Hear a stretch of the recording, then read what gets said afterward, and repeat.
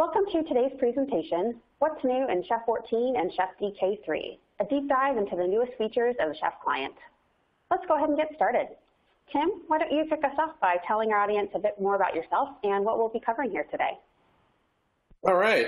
Thanks for coming, everybody. My name is Tim Smith. I'm a software development engineer here at Chef. I work primarily on Chef Client as well as Ohai and community cookbooks. And for the last 6 months or so, I've been working on Chef 14. So today I'm super pumped to be able to talk to you about all the great stuff that we've delivered. So let's dive right in. First, I want to talk about what our goals were for Chef 14. We definitely sat down and talked about what we wanted this release to look like, more than we've ever done before. And for Chef 14, we wanted to really make Chef a friendlier, easier experience. Not just friendlier and easier for new users, but friendlier and easier for users that have been with us maybe from our early releases, the ones prior to 1.0, the 0.9s and the 0.10s. And the first thing we're doing there is we're bringing you more resources built in. We want to make sure that out of the box, you don't have to worry about dependency solving. You don't have to worry about updating cookbooks. You can just dive right in. You can automate your systems because at its heart, that's really what Chef's about. It's not about updating cookbooks or worrying about dependencies. It's about getting automation into your environment. We also looked at custom resources. We really strongly believe that custom resources are one of the most powerful features of Chef.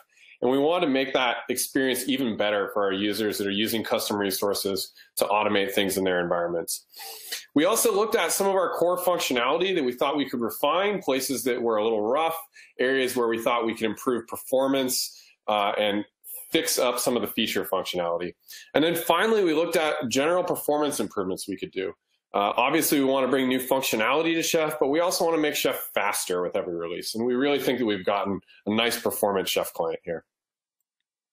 So first, I'm going to talk about those new resources. This one is really near and dear to me because this is a lot of the work that I've been doing on Chef, porting in resources from our community cookbooks. And with Chef, we have 27 new resources coming in Chef 14.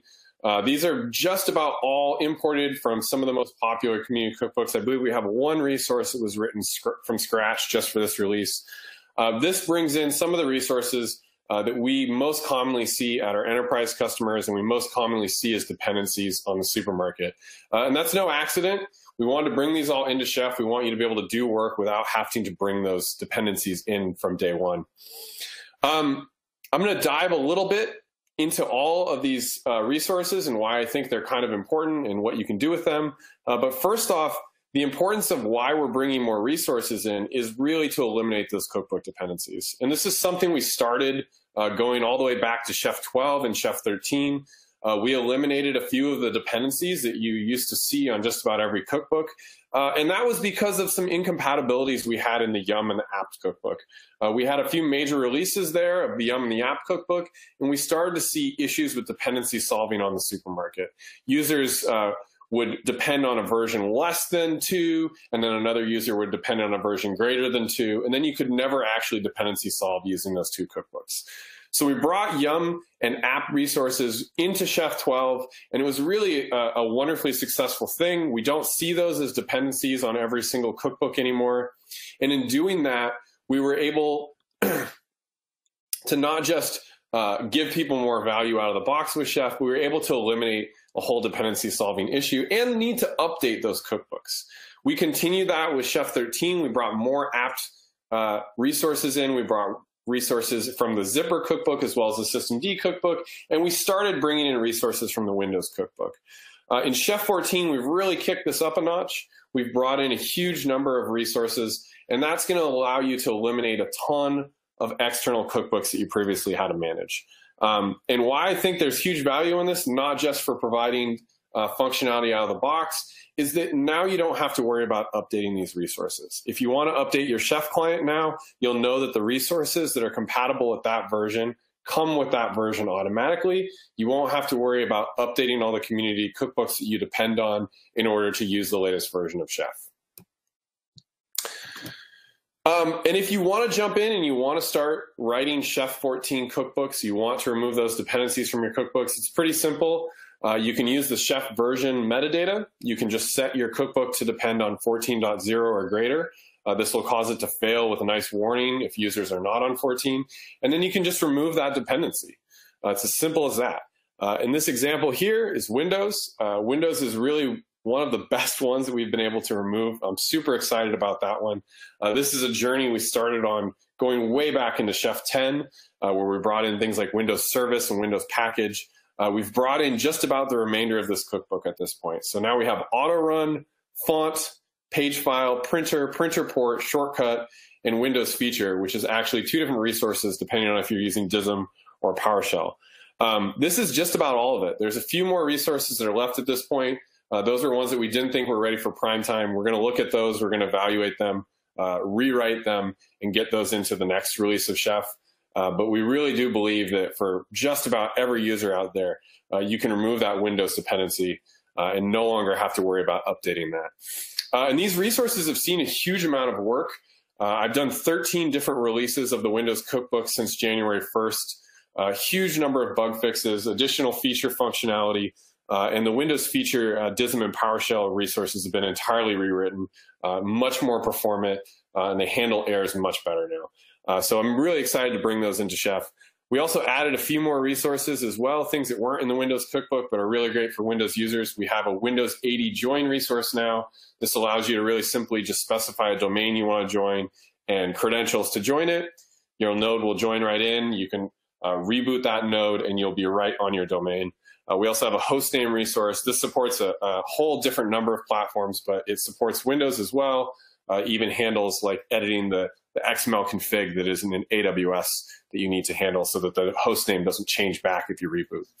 And then the final one that I wanted to mention, this is an improvement, obviously not a new resource. We've been supporting Windows Service for a while, but I want to call out that we now have a really great community PR that came in that gives us the ability to not just start and stop services, but also to create and delete services. So this is a really great one if you're trying to set up applications on your node where you need to actually create the service. You'll be able to do that now, which is really great. If you're not on Windows, maybe you're on macOS, we've got a bunch of new cool resources there for anybody who's trying to manage either desktops or iOS build nodes, which is a really common thing that we see at a lot of customers. We have 4 great new resources there. We have macOS user defaults. User defaults on your Mac is basically kind of everything you can set in the system preferences, anything from screensaver policies to what applications can be installed to user defaults. You can set those up now. We have DMG package, which is a great new package resource. This treats a DMG file that we're also custom to. You double click, it mounts up a volume and you copy that file into the applications directory. This automates that process, allows you to just copy out something like a Firefox or a Chrome, bring that right into your Mac. And then we also have Cask and Tap in Homebrew, and this rounds out Homebrew. We added the Homebrew package resource in Chef 12, but this allows you to fully manage Homebrew once you have it installed on your Mac. And then the final thing to note there is the Mac OS X cookbook that we had previously. That is where the user defaults resource came out of. We've deprecated that. We want to recommend everybody check out the Mac OS cookbook. This is some really great work that Microsoft's put together recently. Here's the link up on a supermarket for that.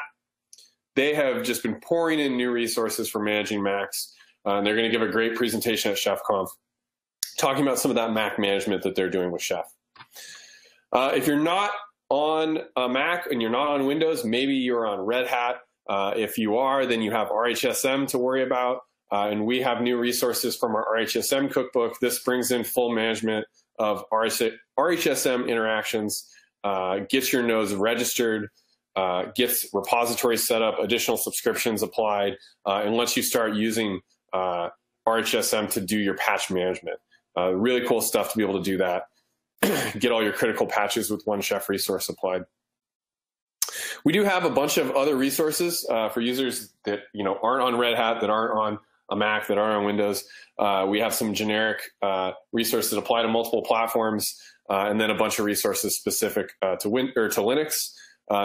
Basic things like hostname, sudo, swap file, and sysctl. These are all things that you kind of run into as you're trying to set up a node, get it ready for an application. We brought in the remainder of our resources for managing the Chef client itself, setting up Chef handlers, which are really great. Maybe you want to post to Slack or you want to post to a time series database at the end of your chef run with information like the number of resources converged, you can do this. You can get these all set up with the Chef Handler resource. We also have the Ohai hint resource. Ohai hints aren't as necessary as they used to be. You used to have to hint that you were in EC2 or Azure or whatnot. We now nicely auto-detect that for you. But if you write your own Ohai plugins and you want to hint data through the Bootstrap process, you can do that now built into Chef without needing to bring in the Ohai cookbook. We also brought in some great OpenSSL resources, setting up DH param files for your web servers, creating private keys and creating public keys from private keys as well. And then the final one there, you probably have this in your environment unless you're in a regulated environment. Build Essential really sits on just about every community cookbook out there. Anything that needs any sort of compilation is going to be pulling in Build Essential. We have the Build Essential resource, which is actually what's being called in the Build Essential cookbook. This makes sure, really no matter what platform you're on, that you have things like GCC and Make. Even on your Mac, you make sure that you have the Xcode command line tools installed. So with these resources, we think we're giving you a huge number of new things that you can do with Chef right out of the box before you even need to grab a community cookbook. Obviously, we're not done with this. We're going to continue to bring more resources in. We're identifying the things that we think are really powerful in community cookbooks, and we're going to bring even more of those into Chef in future releases. Now I want to talk a little bit about custom resources.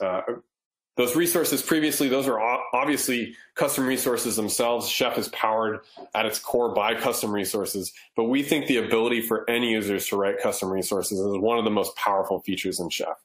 We do a lot of this, and we've really looked at some of the areas that we've encountered that we think we could improve for Chef 14.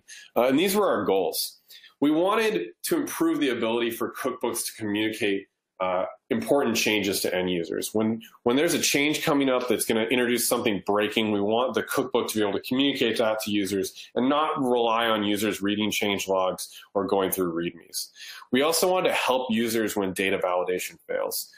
Custom resources often have a lot of properties. Some of the things that those properties are taking in are pretty complex. People put data validation on those properties themselves. We want to make sure that we can communicate with the user with friendly messaging when the property data that they pass in is not correct. And then finally, we want to let resources document themselves. And this kind of seems like a really vague thing, but we think that we can entirely wrap our resource documentation into the resource itself and eliminate the need to maintain README files. So first I'm going to talk about how we communicate change to users. In the end of the Chef 12 release cycle, we introduced Chef deprecations. We very quickly realized how powerful of a feature this was. We had cookbooks that we maintained that had deprecations in them, and we started seeing PRs pour in for people fixing our deprecations. Turns out people don't like to see these messages at the end of their Chef runs. They have test kitchens set up to fail with them. They're seeing it in visibility, and that bothers them, so they fix them. We're introducing that same functionality in custom resources, so now you can introduce deprecations to your users and bubble those things up so they know that they need to fix things for future releases. You can simply do that with this deprecated call. It gives you a simple text message that you can put in that will raise. You can do that at the resource level, and you can do that in the properties themselves. You can also rename properties. And this is another common thing we see in Chef. People would rename a resource property because it turned out the resource name they gave, or the property name they gave, wasn't the best one. And you can use an alias in Ruby, but the problem is you're never telling the person that the old property has been renamed. Now we can actually rename it. We can seamlessly pass the user to the new property, but we can also warn them that they should update their code. We think this is going to really help people write code, not just for the community on something like Supermarket, but internally in large organizations where one team hands off a resource to another team. It's going to help aid that communication between those teams on changes.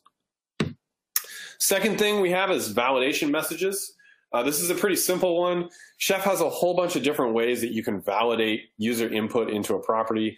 This is an example I pulled out of one of our resources. We have this regex. It's an overly complex regex. We're basically trying to parse out a repository name, and we want to make sure that that repository name doesn't include a /. Previously in Chef 12 or 13, if you did this with this regex and it failed, if the user did have that / in there, all they would see is a really unfriendly message from Chef that said that the inputted data did not match that regex. And seeing a regex for most users really doesn't help you to figure out what you did wrong. So now we have a simple new field you can add to your properties called validation message.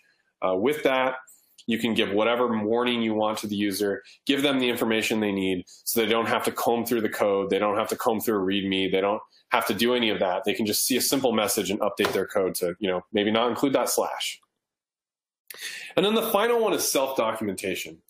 This is a really powerful one. We're laying the groundwork here for a lot of future features. We're not consuming this data yet, but I'm really excited to get it out there so we can start seeing people using this, and then we can start consuming it on things like the supermarket, our CLI tools, maybe even eliminate the need for READMEs in the future. This allows you to actually describe what the resource looks like right in the resource. So we have a new description field. Descriptions can go on the resource itself, describing what the resource does. They can go on the actions to describe what each action does, and they can go on each property to describe what those properties do.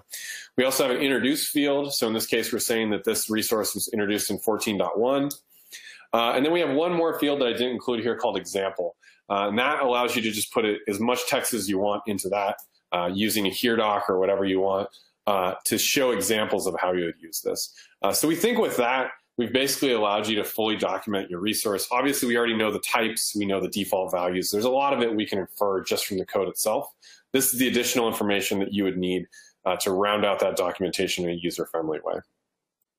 So we really hope that that's going to make custom resources in Chef 14 an even more powerful feature. The next thing I want to talk about is refinements to some of the existing functionality we have in Chef. There's obviously like new and great stuff going into Chef, but we're not forgetting about the features that you rely on already. So I've pulled 4 out of our release notes. I'd highly recommend you check our full release notes. There's a whole bunch of new great stuff coming to existing functionality in Chef, but these 4 I thought were pretty cool and worth mentioning. The first is some improvements we've done to Ohai. If you're not aware of what Ohai is, Ohai runs at the very beginning of the Chef run. It gathers configuration information on the node. It lets you make decisions. It lets you know how much memory you have, what cloud you might be in, what platform you're on. The problem is we've added a ton of plugins to Ohai over the years. And as we ship a plugin in Ohai, we don't have a way to ship it as a disabled plugin. Now we have a new functionality called optional plugins. Within your plugin, you can just say optional true, optional false. If you set a plugin to optional, out of the box, it won't run. And we're setting a bunch of plugins as optional in Chef 14 that previously in Chef 13 were on by default. You can simply turn these on by including an array of optional plugins in your client.rb file if it turns out one of these is something you do want to turn on. But we're going to turn off shard, LSPCI, and the password plugin as well. And the password one is a really big one for most enterprise users. In the early days of Chef, before we had large enterprise customers, it seemed like a really great idea. It turns out maybe it wasn't the greatest idea. The password plugin grabs all of the users and the groups from the local system, saves them out so that you can check to see if a user exists. You can see things like their shell and whatnot. And it's really great on a local system. If you just run a few nodes in EC2 maybe, you can just gather information on those users. The problem is as soon as you back a system by LDAP or you join a system to an Active Directory domain, when you're gathering the list of users and groups, you're actually gathering the complete directory structure. And then you're trying to save that off to your Chef node. So this is adding additional data onto your Chef server that you don't want. This is taking time. This is, in many cases, timing out, actually. So for most people, they end up having to disable this plugin anyways. We think it's going to be a much better experience to just ship it as disabled. We're also gathering some more data on Windows systems. These were things that I ran into working on the Windows cookbook. We're going to gather product type, system type, and then information on core or not. Product type is a field supplied by Microsoft. This is a workstation or server. So now you'll easily be able to write a cookbook that just checks to see if you're on Windows workstation or on server. Things are very different between the two, so you want to be able to make decisions based on that. System type is, again, a predefined list of types that Microsoft maintains. They're a little dated. There are things like mobile, workstation, enterprise server. There's a few others that I feel like probably aren't used at all anymore. But that's pretty handy if you're trying to figure out if you're on a workstation or a laptop or a server. And then the final one is if we're on core edition of server or not. This is a surprisingly difficult thing to find out. We're parsing out all the Microsoft SKUs and looking at the core SKUs, but we're giving you a nice little variable, true or false, that you can determine if you're on Windows Core or not. And that obviously impacts the things that you do every day. The final thing is we've really improved how we're gathering data on clouds and virtualizations and containers. On the cloud side, we're supporting new cloud types.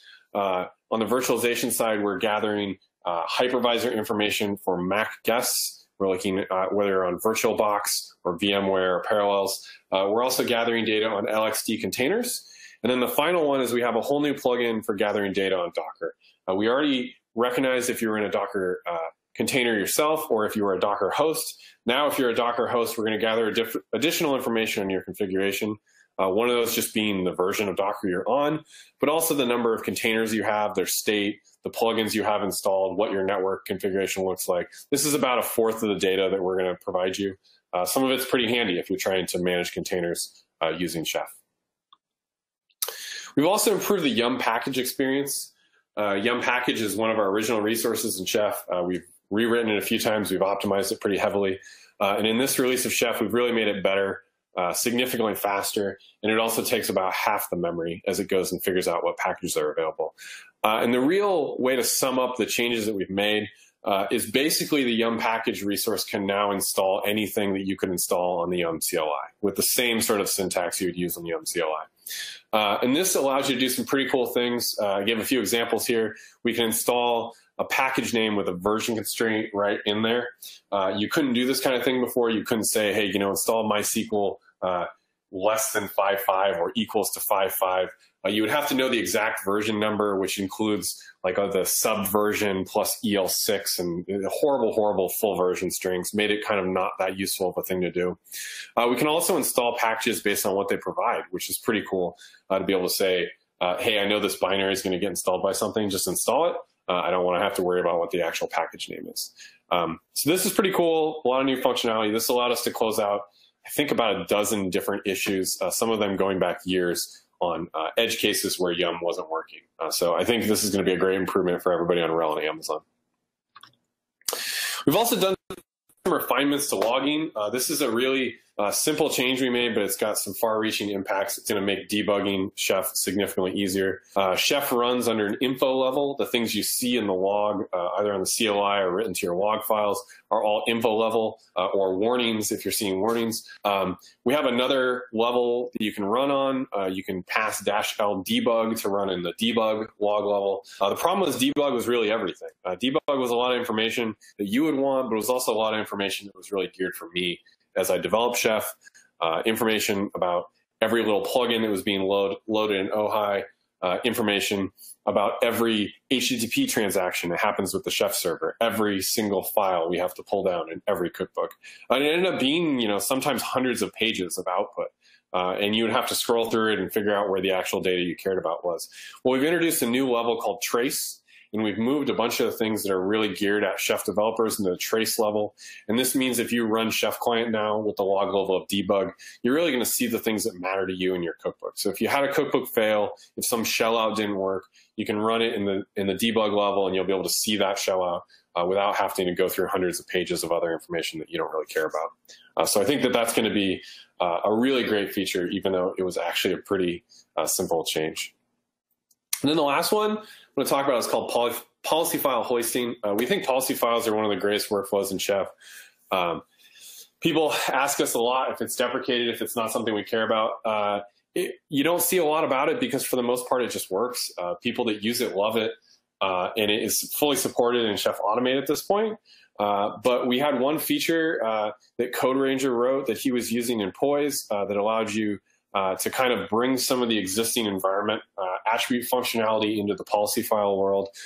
This allows you to have structured attributes. In this case, we have an attribute under a staging and production policy groups. And in the end, you can use those and you'll get the attribute based on the group that you're in. So if you're in the production group, you're going to get my app. If you were in the staging policy group, you would get my staging app. And this brings kind of some functionality that people liked in the environment world, in the role world, brings it into policy files and lets you do some cool stuff there. So we think this is going to make policy files all the better.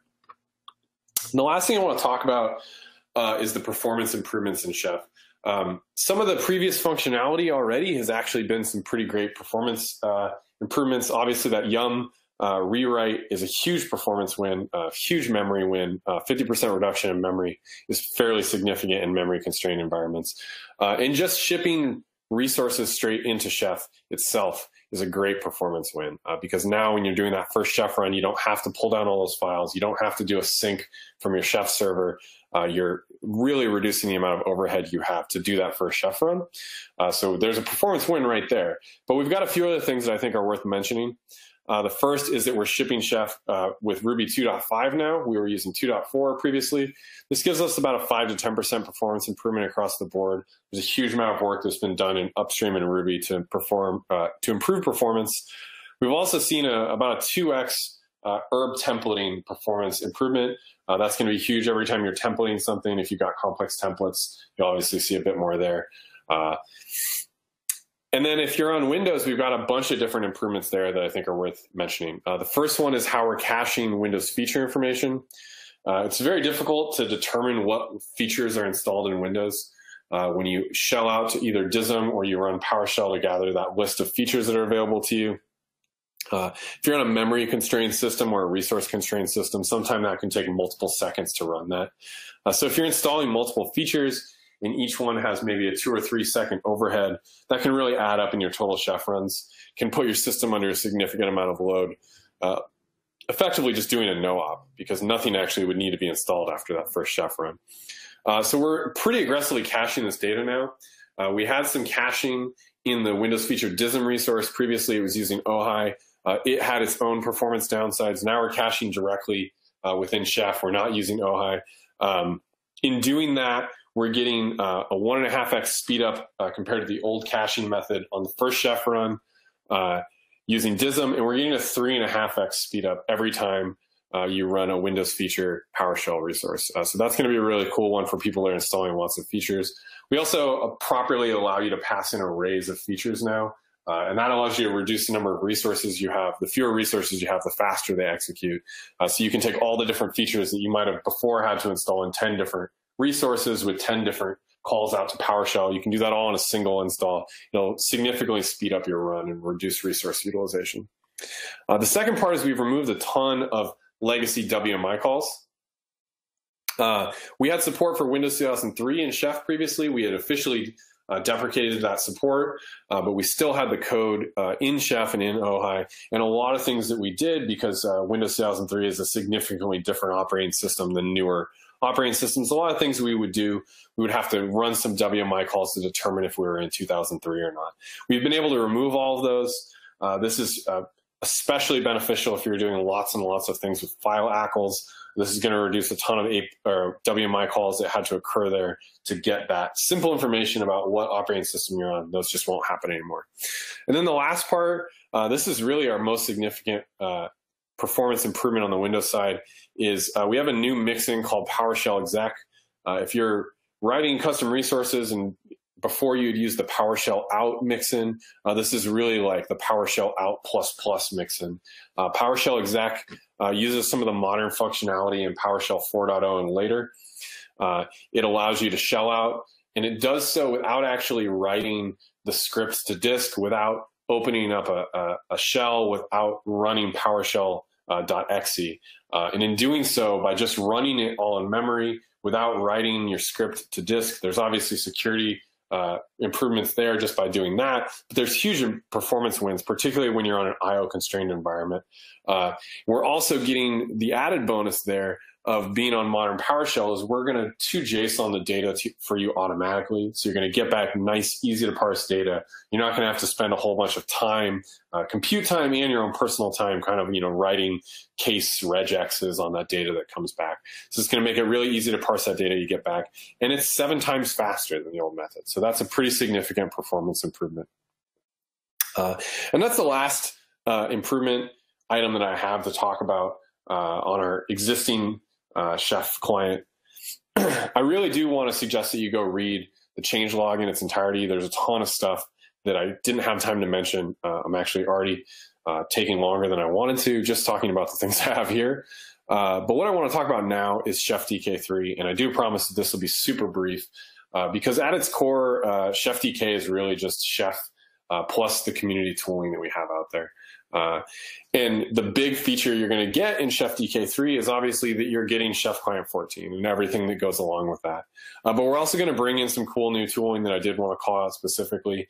We're shipping Inspect 2.0. Inspect 2.0 is also going to ship in Chef Client itself. That's pretty cool. But Inspect 2.0, if you haven't kept up to date on that one and checked out our webinars that we have, this is really about taking Inspect beyond just compliance and testing on the node, bringing it into your cloud, being able to do testing against AWS resources or Azure resources, and make sure simple things like you have correct permissions on your S3 buckets, because that's clearly been an issue in the industry lately.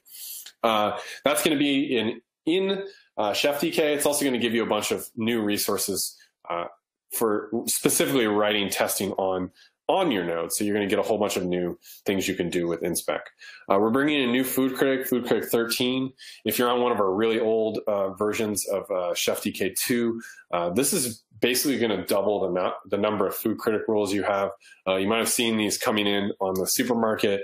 We use these to power the cookbook quality metrics, and we've got tons of new stuff. We're alerting on more deprecations for older versions of Chef, even future versions of Chef deprecations that you'll start seeing in 15. We're also giving a lot more advice on how to write custom resources, some patterns that we've seen in custom resources that are going to get people in trouble. We're going to alert on now. We're going to ship Cook Style 3.0. Cook Style 3.0 is bringing in the newer version of Rubocop, which is what powers Cook Style. Cook Style at its heart is just a set of rules that we've developed, Rubocop rules that we think are the best for developing cookbooks. Some things in Rubocop really matter when you're building full-scale applications, and some things matter when you're writing a cookbook. We're going to bring in that new version of Rubocop. We're going to enable some new rules. Luckily, Rubocop gives us an autocorrect, so you can just cook style autocorrect your entire repository. If there's anything new that shows up, it'll just autocorrect that all. We're going to bring in the latest version of Test Kitchen as well. This is Test Kitchen 1.20. It's not a major release, but it's got a ton of new functionality, a ton of bug fixes, a whole bunch of new stuff that is out, especially, again, if you're on an older version of ChefDK, you're going to get a huge number of fixes here. And then the last one is Ohai 6.1. Ohai 6.1, this is part of ChefSpec. ChefSpec uses Ohai. Every time you tell it, you want to get Ubuntu data or you want to get CentOS data, pretend like I'm on CentOS 7.2 or Ubuntu 16.04. That's actually Ohai data. It's mocked out Ohai data, and this is the latest and greatest set of data. We've removed the old data. If you were seeing deprecation warnings previously in Ohai, that data is removed. The data you're going to have now, we're going to make sure we get this all updated for Chef 14, so you'll have exactly the way that Ohai sees your node in Chef 14 if it's on CentOS 7.2. So that is ChefDK. The only other thing I do want to mention is kind of the what's next. I would definitely suggest, if you haven't checked out our webinar already, we have a Chef 14 webinar getting ready for that was given a few weeks back. This is really great. This talks about everything you need to do to get your environment ready for Chef 14. It also goes over some of the deprecations that are in Chef 14. I didn't go over those again. They're in our release notes. They're up on our docs site, and they're in this webinar covered in more detail. So definitely check that out. Also, check out the fresh new Chef Stuff YouTube videos. Over the coming weeks, I'm going to start recording videos that go over each of these resources and each of these new features and actually show you examples of how to use them. This is just something I didn't have time in this little webinar to cover because I can't spend 10 minutes on each new resource. I will be able to spend 10 minutes on each new resource in a YouTube video. So if you really care about the changes in Windows feature DISM, we can go over those in a video. We can talk about what that means, especially if you're on an older version of the cookbook. And then the last thing I would suggest is definitely to check out the release notes. That goes into more details. And then final, if you are on really old versions of community cookbooks, I would definitely go check out the release notes for those cookbooks, the ones that we've brought into Chef, because you're going to get the latest and greatest resources in Chef 14 now. So those might have changed a lot if you're a year or two back. Things have developed in the last few years. So you're going to get some new functionality. You should be aware of what's coming when you upgrade. And with that, we'll go to questions that anybody has. And thank you for coming out.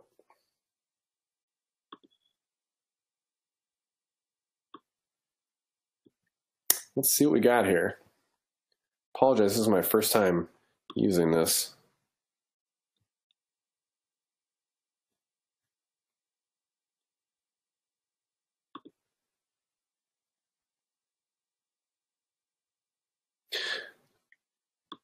All right, so there's a question if Ohai can collect the local password entries only. I don't believe that we have that functionality. If that was something that somebody could show us potentially on how to gather, I would love to get that into Ohai. I think that the password plugin would be really useful if it only did that. I suspect that's harder than it seems, though. The way that a lot of like LDAP and AD integration works, those often just look like normal local users.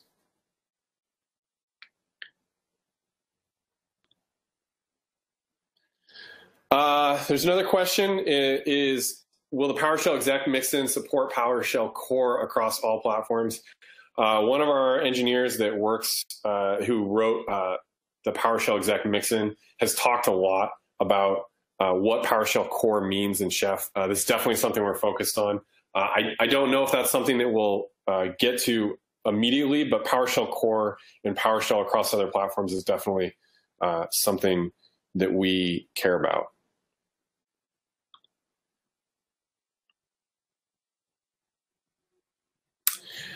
There's another question that is, how does resources documenting themselves work? Would it allow me to take a look at a cookbook and see the resources and actions systematically? That's our goal, right? Like I said, we're not consuming this data yet. We're kind of, step one is get the data out there. As silly as it sounds, step two is figure out how to use it. We've all got ideas about how we want to expose this. In my mind, we're going to get to the point where we just really don't need to be writing READMEs. And I would love for you to just be able to go to the supermarket and see all the resources with resource documentation right there in the supermarket. But I think there's a ton of different ways we could expose this. We already wrote a really simple little CLI tool that's in our Chef repository that allows you to output all the resources to JSON. It's super quick. There's a bunch of great stuff we could potentially do with that. I would really love if we had like Atom and Visual Studio Code and all of Sublime Text and everything auto-completing with the latest and greatest resources. And I think some of that functionality lets us get to that world. We can start exporting that data and bringing it in automatically instead of having kind of outdated autocomplete helpers.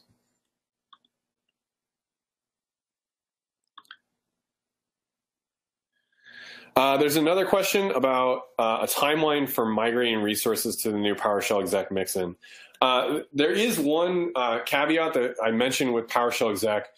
As we move things to PowerShell exec, we are requiring then that you be on PowerShell 4.0. So we don't technically support Windows 2008 R2 anymore, and Windows 2012 is going to go off support in the coming future. But as soon as we start using PowerShell exec, we've hard broken those users. So that's something that we're going to roll out there. In a future version of Chef, you'll definitely see us using PowerShell exec everywhere because it will give us a pretty significant speed up to how Chef runs. But it's not something that we're going to get in the next release or anything.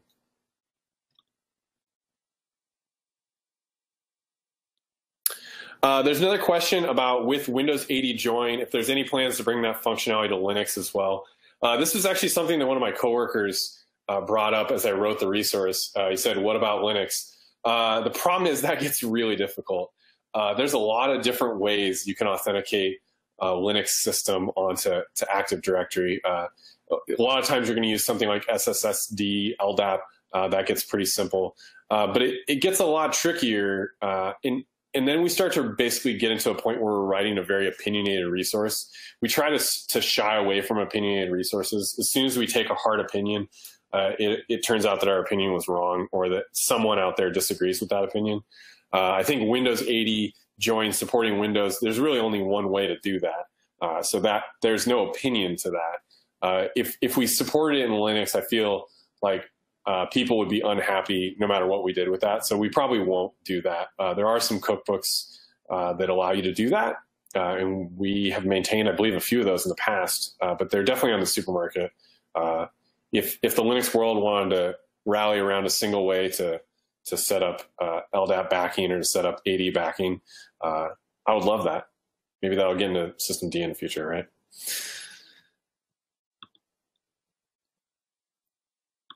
Another question is there any change in encrypted data bags in Vault? We're not changing encrypted data bags yet. We have released some new versions of Chef Vault over the last year. Those are obviously getting packaged into Chef. So if you're on Chef 12, you didn't have Chef Vault built in.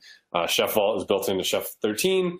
Newer versions come into every version of Chef. So the latest version is in Chef 14.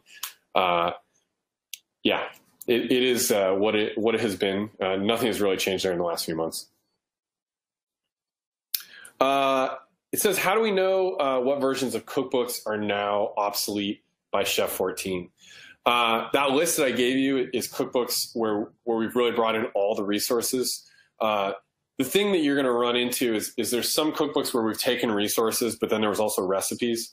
The recipe functionality, like it works, and it has places where it totally makes sense for people. Like on the homebrew side, the default recipe there installs homebrew. We're not going to really create a homebrew install resource, or at least not at the moment. So we're kind of assuming that you have homebrew set up.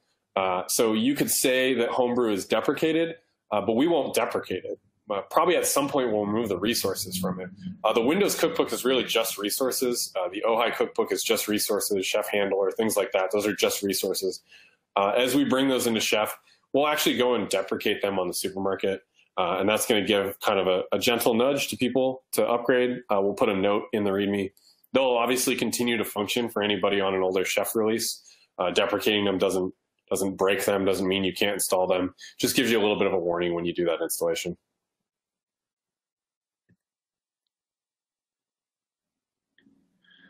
There's another question that says, when will documentation about the new resources be out on docs.chef.io?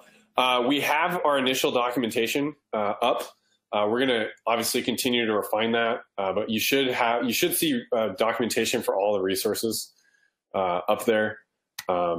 It's something we wanted to do with this release to make sure we got all those docs up. And like I said, this is the most resources we've ever shipped new in Chef.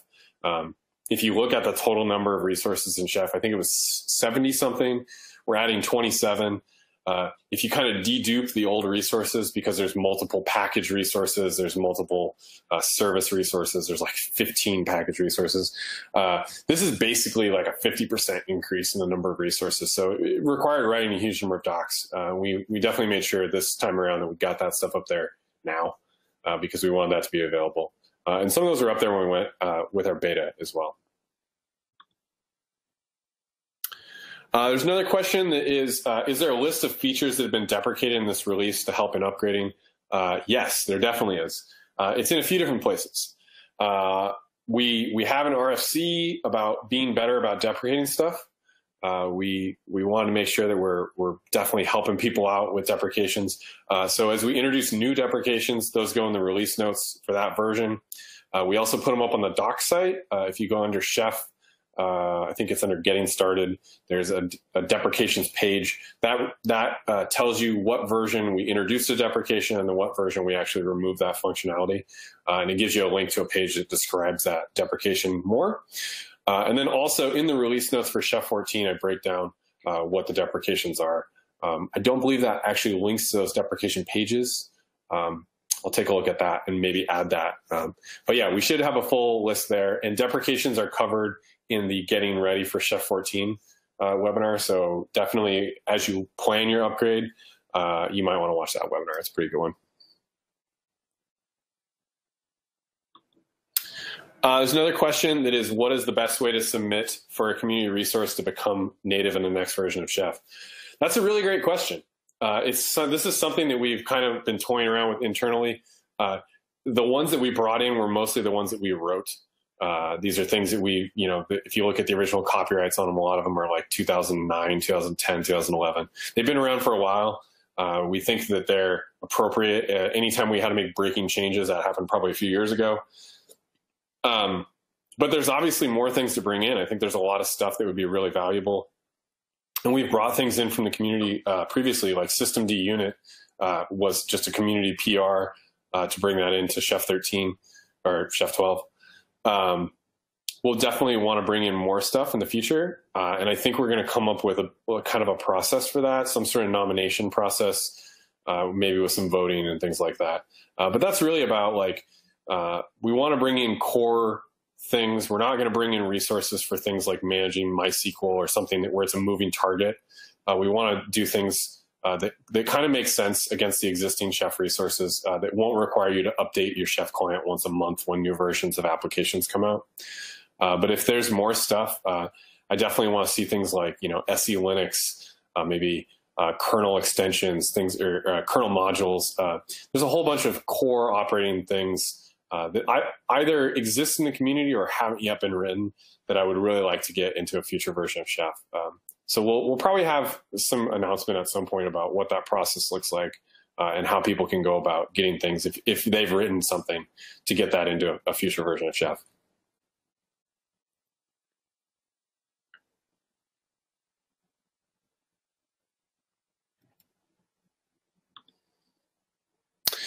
There was a question about the PowerShell mixin when I say the data is being parsed into an object.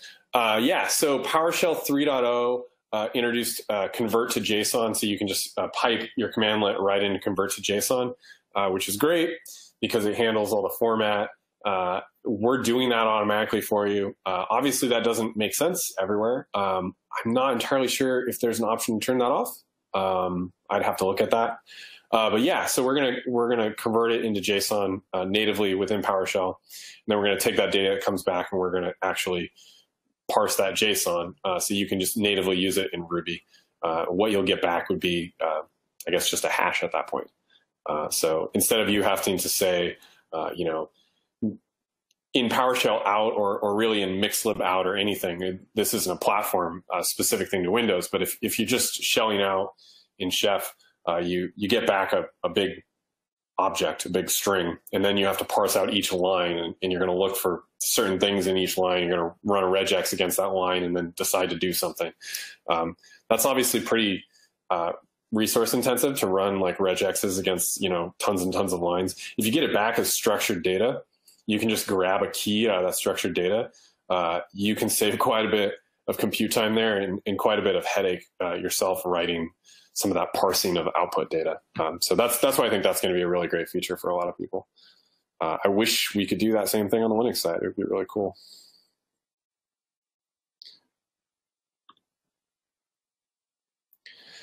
There's a question about using a community cookbook that still has the resource in the resource in the cookbook taking precedence. There is a precedence that occurs there. It's a little tricky to describe, but it really comes down to the one that is more specific with what it provides. So when you write a resource, you can say just give it a resource name like foo, or you can say like foo provides rel 5. And it'll run anytime it's on rel 5. That's a very specific provides line. If you had a foo in the Chef client itself that was just foo, and you had one in the community cookbook that had any sort of provides true, provides Linux, provides whatever, that would be more specific, and that one would win. I think at some point I'll probably write a fresh new Chef stuff that shows how to do that override, because it is kind of it's a bit of a foot gun. It's a bit of kind of almost monkey patching in Chef. Prevents you from having to upgrade your Chef client, but allows you to maybe pull in a resource you want to use, or maybe your organization wants that same namespace. For some people, definitely you might have your own sudo resource or something like that. You could override what we have with your own. There is a way to do that. And we can describe how that works. That is not documented at the moment, though.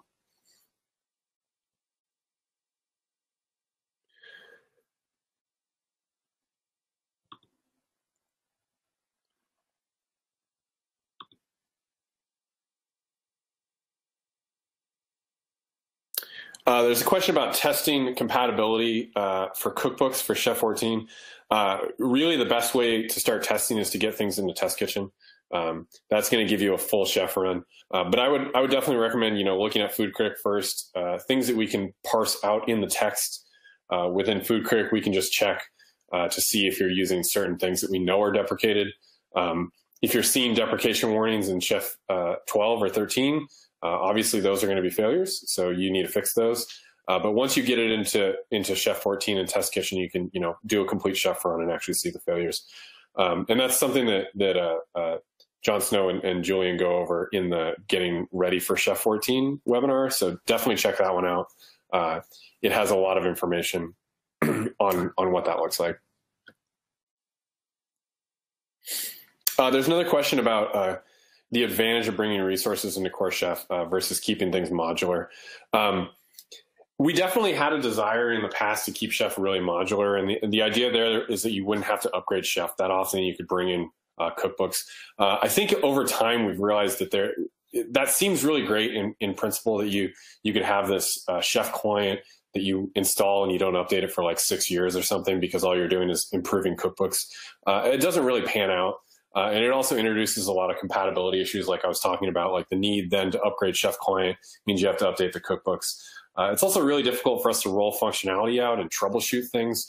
You get into this situation where, well, you're on Chef 13.6, but you're using maybe a cookbook from 4 years ago. So you don't really know exactly what the code is. You have a lot of kind of crufty old code that hasn't been updated because you pulled in a community cookbook and then you never necessarily update it. Bringing the resources into Core is actually pretty lightweight. You're bringing just the resource versus having to bring in the entirety of the cookbook. If you look at what some people's run lists look like, the initial sync of files off the Chef server is pretty significant because you're bringing down a complete cookbook. We're really just bringing in one file. And that file that we add is just the resource. So it's a pretty simple thing. I wouldn't entirely worry about that bloating up Chef. There's a lot of places that have way more complexity in Chef in terms of just line count than adding some more resources. We could add probably maybe a few hundred resources before that would really become an issue.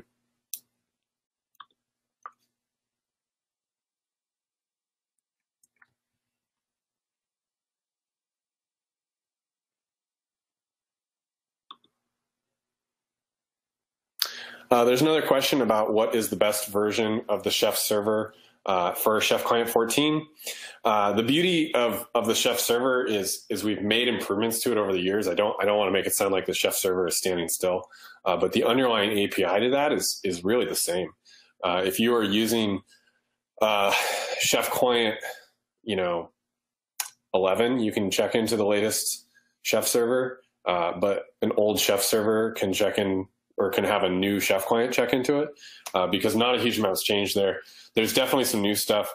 One of the changes that we made, again, years ago is supporting policy files. There's some new endpoints for that. We've done major improvements to the Chef server, how it backs up, how it scales, obviously security improvements to it as well. The underlying technologies in it have gotten entirely rewritten a few times.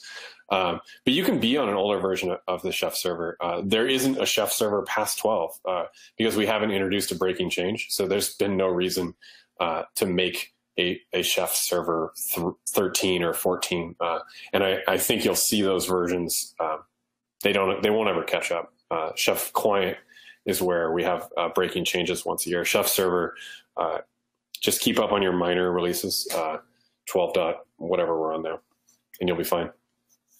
All right, I'm going to try to take one more here. Let's see what we got. There's a lot of questions.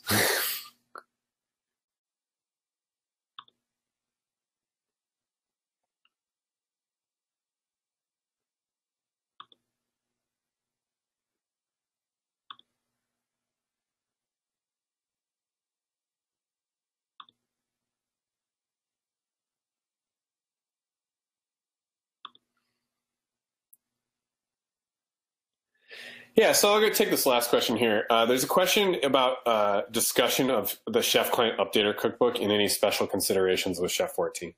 So if you're not aware, we have a cookbook that we wrote probably maybe within the last year called the Chef Client Updater.